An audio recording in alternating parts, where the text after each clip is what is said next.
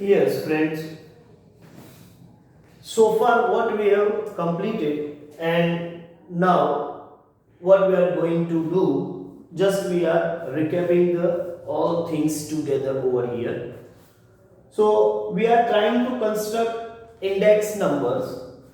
So construction of index number जो basic chart था उसको फिर से एक बार चेक कर लेते हैं. तो index number can be constructed either with the approach of fixed based method or with the approach of chain based method. अच्छा, आपका अप्रोच फिक्स बेस का हो या चेन बेस का हो, कैलकुलेशन पैटर्न में कोई फर्क नहीं पड़ेगा. हाँ, आपको बेस पीरियड का वैल्यू कौन सा लेना है, बस यही एक आपको चेक करना है कि किसी फिक्स पीरियड का वैल्यू लेना है या फिर प्रीवियस पीरियड का वैल्यू लेना है, बस इतना ही चेंज है. लेकिन मैथमेटिकली या फॉर्मूलेशन में इससे कोई फर्क नहीं पड़ेगा. तो दोनों अप्रोच के लिए हमारे पास कंस्ट्रक्ट करने के लिए दो मेथड है. Either you go by method of relatives और बाय मेथड ऑफ एग्रीगेट्स. अच्छा, मेथड ऑफ रिलेटिव्स में भी दो पैटर्न है, arithmetic mean of relatives and geometric mean of relatives. As we already discussed, geometric mean of relative is not there in our syllabus. तो हमने काम किया arithmetic mean of relative. उसमें simple arithmetic mean of relatives भी हो सकता है, weighted arithmetic mean of relatives भी हो सकता है.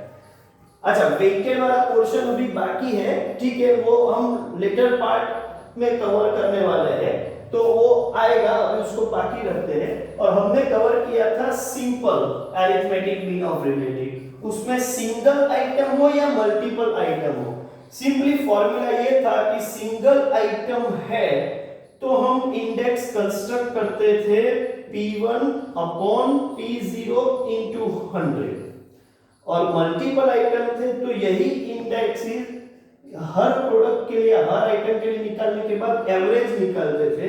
तो हम ये फॉर्मूला यूज करते थे, sigma P1 upon P0 divide by n, average निकाल दिया इनटू 100.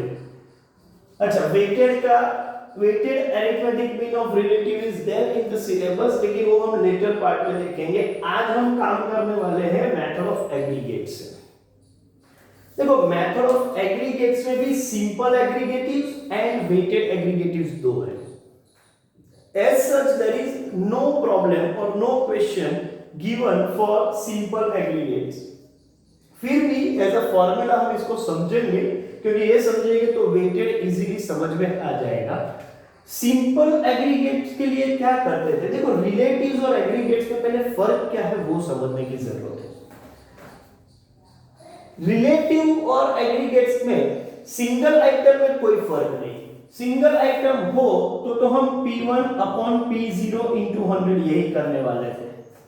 लेकिन एक से ज्यादा मल्टीपल आइटम्स है तो एग्रीगेट्स में हम क्या करते हैं, सभी P1 का टोटल करके डिवाइड बाय n, मतलब average price of current year divide by average price of base year, और इसको इनटू 100 करेंगे. एक्चुअली ये फॉर्मूला है.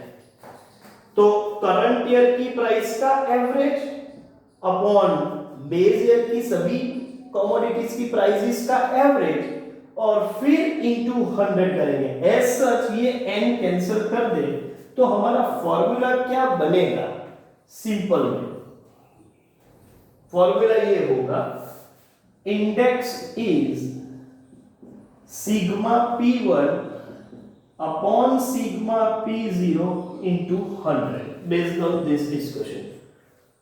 तो ये सिंपल एग्रीगेटिव्स का फॉर्मूला है. देखो, मेथड ऑफ रिलेटिव्स और मेथड ऑफ एग्रीगेटिव्स में क्या फर्क हुआ. In method of relative what we do, in method of relative हमने जो एवरेज निकाला था वो रेशियो का एवरेज था, और यहां एवरेज का रेशियो है. दो फर्क है. मेथड ऑफ रिलेटिव में हम करंट ईयर वैल्यू और बेस ईयर वैल्यू का जो रेशियो है वो सभी रेशियोज के एवरेज निकालते थे, और यहां पर करंट ईयर वैल्यू और बेस ईयर वैल्यू की एवरेजेस पहले निकालते हैं और उसके बाद उसका रेशियो यूज करते हैं। तो ये रेशियो का एवरेज था और ये एवरेज का रेशियो है। तो ये फर्क है मेथड ऑफ रिलेटिव्स और मेथड ऑफ एग्रीगेट्स में।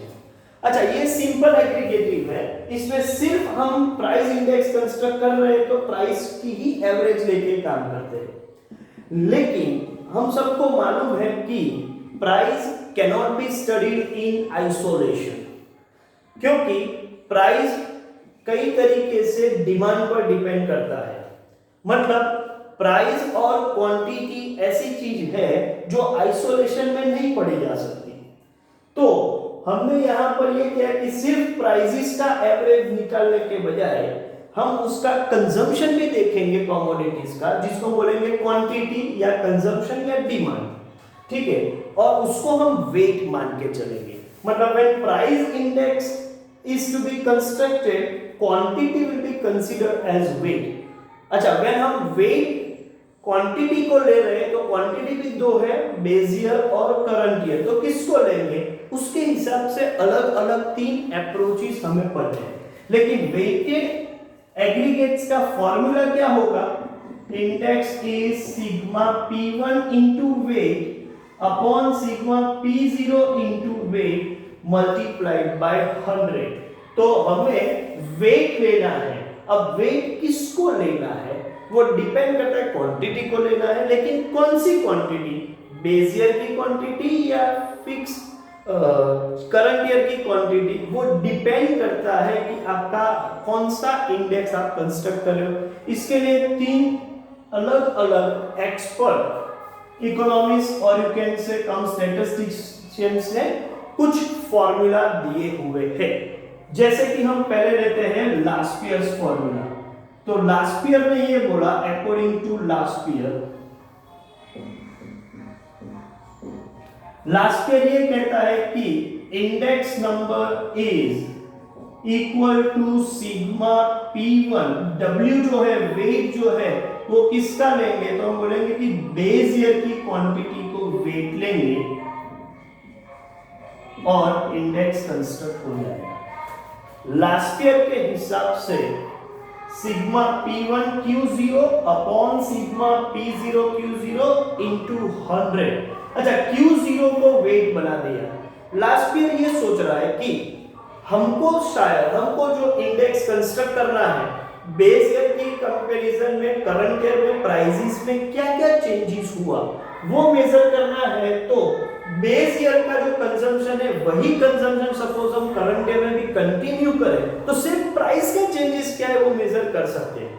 मतलब हमने जो कंजम्पशन बेस ईयर में किया था वही कंजम्पशन सपोज करंट ईयर में भी कंटिन्यू करें तो सिर्फ प्राइसेस का चेंजेस क्या है वो पता चल जाएगा। मींस हमको ये क्वांटिटी जो है उसको क्या रखना है भाई, तो बोल सकते हैं कि ये क्वांटिटी को कांस्टेंट रखना है बेस ईयर लेवल पर। मतलब कंजम्पशन हमारा फिक्स कर दिया हमने, जो बेस ईयर में था वही मेंटेन करेंगे। करंट ईयर में प्राइसेस का क्या चेंजेस है मेजर करना है तो बेस ईयर की ही क्वांटिटी को लेके हम पूरा इंडेक्स कंस्ट्रक्ट करेंगे। इससे अलग ओपिनियन है एक दूसरा मैथमेटिशियन कम स्टैटिस्टिशियन कम इकोनॉमिस्ट, उसको बोल सकते हैं, उसका नाम है पाशे।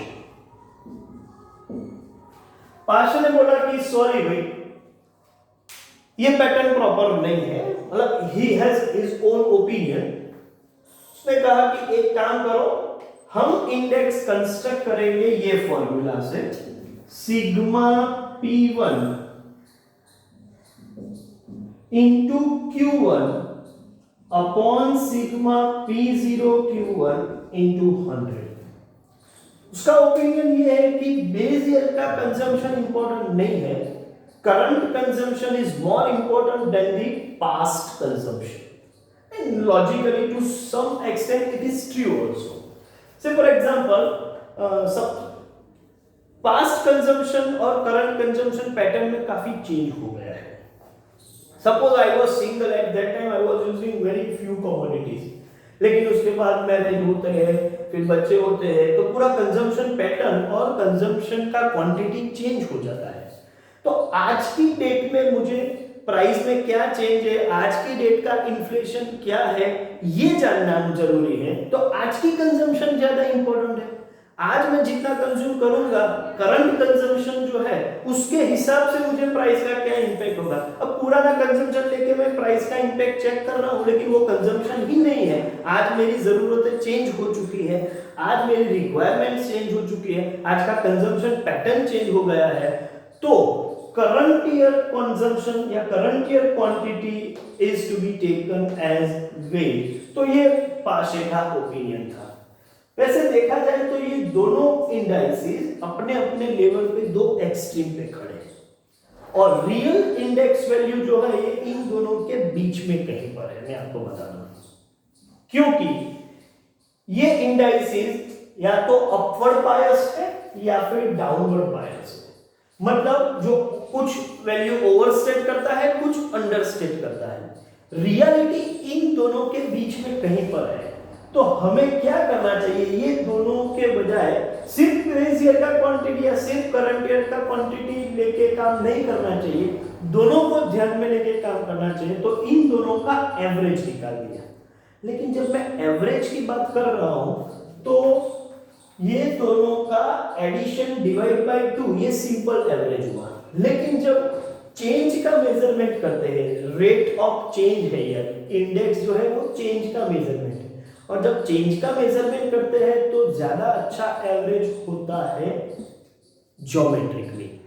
और जब ज्योमेट्रिक में ज्यादा अच्छा एवरेज है तो इसके बाद एक महाशय है जिसका नाम है फिशर। फिशर ने कहा कि ये दोनों पैटर्न के बजाय बेस्ट पैटर्न ये है कि हम क्या करेंगे, तो ये इंडेक्स नंबर लास्ट ईयर का था, ये इंडेक्स नंबर पाशे का था। तो अब हम कंस्ट्रक्ट करें इंडेक्स नंबर फिशर। उसने बोला कि लास्ट ईयर और पाशे दोनों के इंडेक्स का हम एक काम करते हैं, ज्योमेट्रिक मीन निकाल देते हैं। मतलब IL into IP, geometric mean is a multiplicative model as you know, और दो वैल्यू का मल्टीप्लिकेशन किया है तो हम उसका स्क्वायर रूट निकालेंगे। अच्छा, फॉर्मूला के हिसाब से लिखना हो तो हम ये लिख सकते हैं IL is sigma P1Q0 upon sigma P0Q0 of course into 100, वो मैं बाद में लिख रहा हूँ, और IP is sigma P1Q1 upon sigma P0Q1 into 100। तो ये भी 100 था, ये भी 100, मतलब into 100 स्क्वायर हो जाएगा। और मैं स्क्वायर रूट के बाहर लिख दूं तो वो स्क्वायर लिखने की जरूरत नहीं है, सिर्फ 100 लिखेंगे।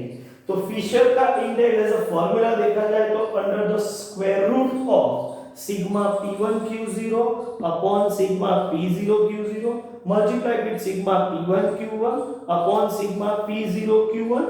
ये दोनों 100 है, पूरा स्क्वायर रूट में 100 स्क्वायर होगा, लेकिन स्क्वायर रूट को निकाल दे तो outside the square root square निकल जाएगा, इनटू 100 आपका हो आंसर मिलेगा।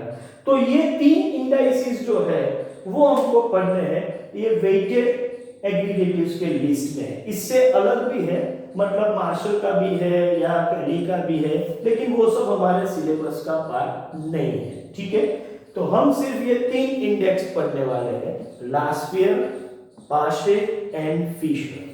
ये सिंपल एग्रीगेटिव्स भी पढ़ना नहीं है हमको, सिंपल एग्रीगेटिव्स भी नहीं पढ़ना है, लेकिन वो समझने के लिए हमने देखा कि एक्चुअली एग्रीगेट्स में क्या इंडेक्स निकलता है। तो एग्रीगेट्स का इंडेक्स के लिए अपने को रेशियो का एवरेज नहीं निकालना है, लेकिन एवरेज का रेशियो निकालना है। तो ये हमारा फॉर्मूला है sigma P1 upon sigma P0 into 100।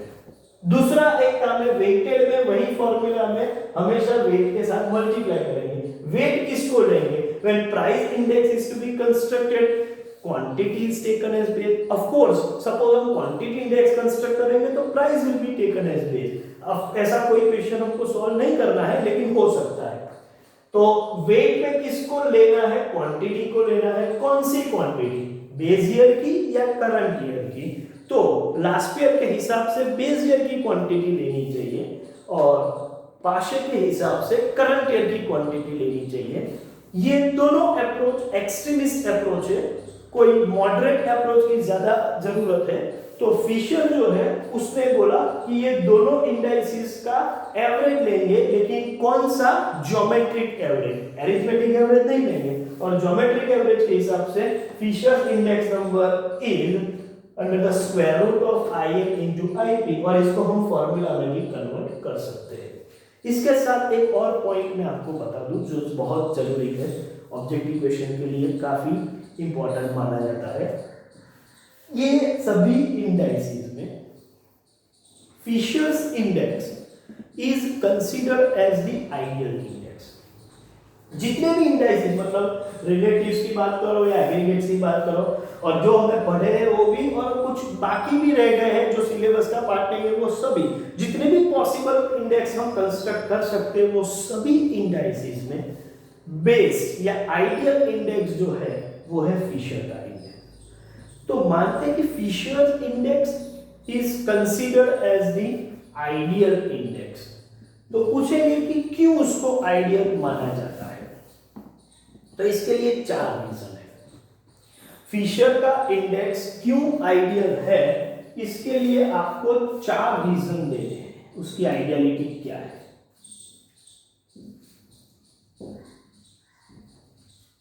चलिए देखते हैं।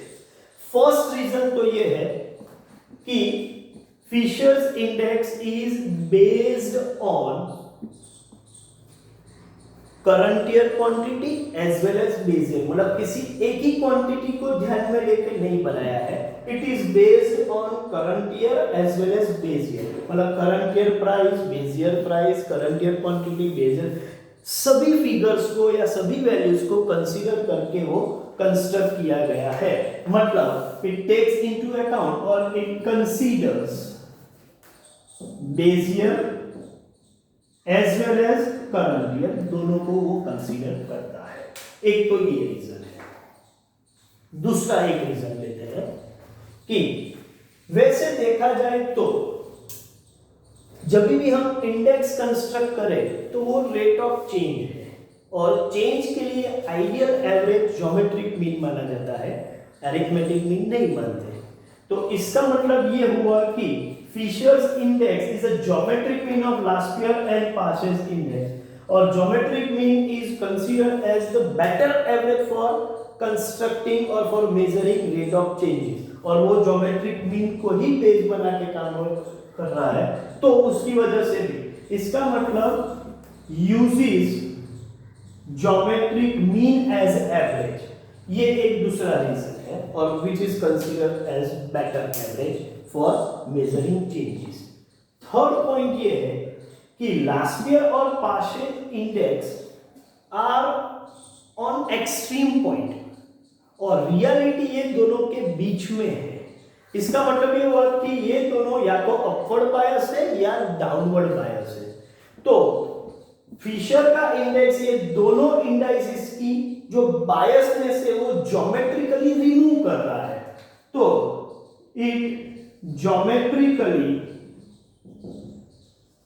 removes biasness, किसके? लास्ट ईयर और पास्ट ईयर के जो इंडेक्स है वो या तो अपवर्ड बायस है या डाउनवर्ड बायस है।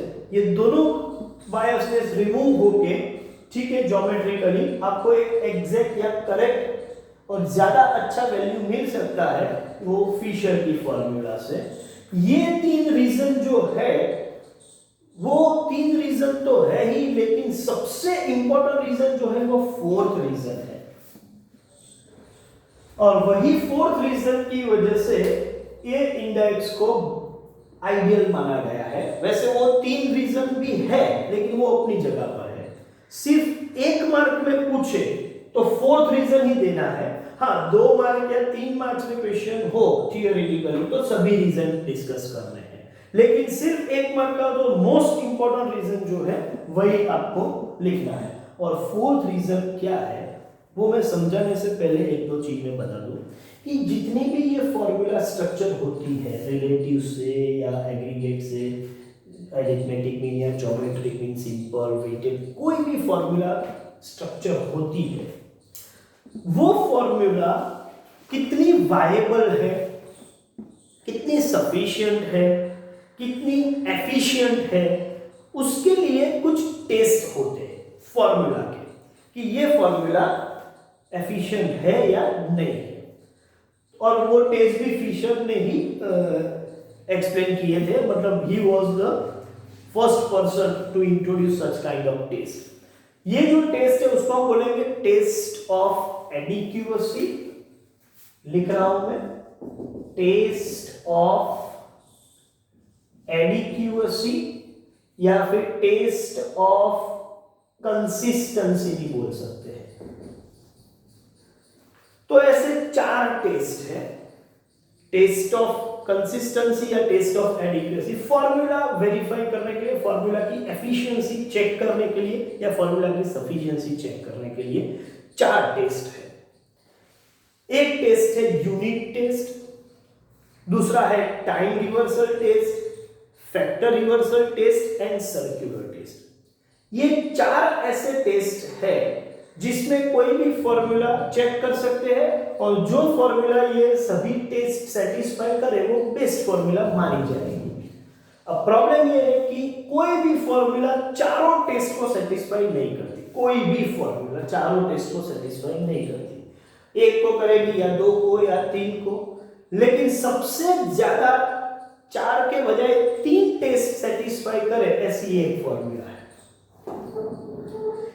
सभी 4 टेस्ट को कोई सेटिस्फाई नहीं करता, जब सभी टेस्ट सेटिस्फाई नहीं करते तो सबसे ज्यादा कौन सी फॉर्मूला, तो मेजॉरिटी के हिसाब से देखा जाए तो सिर्फ और सिर्फ फिशर का ये फॉर्मूला 4 में से 3 टेस्ट सेटिस्फाई करता है और no other formula can satisfy 3 test given.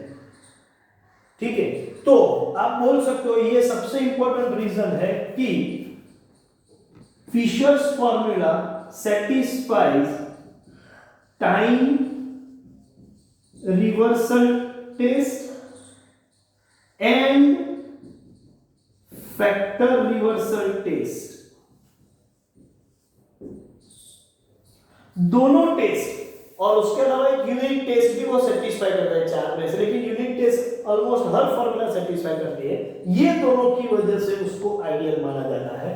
तो 4 रीजन है। एक रीजन है Fisher's formula consider base year current year price quantity, मतलब all 4 quantities are considered.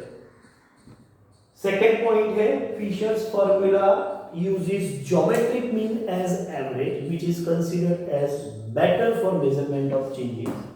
Third, both these formula last year and passes are having some biasness, upward bias or downward bias, and geometrically Fisher's formula removes all biasness. And fourth and most important reason, the most number of, मतलब 3 out of 4 test of consistency has been satisfied by Fisher's formula, namely time reversal test and factor reversal test, and that is why Fisher's index is considered as ideal index. So friends, based on all this discussion, we can move to few practical questions in next video lecture, but consider we are going to do examples based on this 3 formula: last year's formula, Pasch's formula and Fisher's ideal formula. Okay, thank you very much.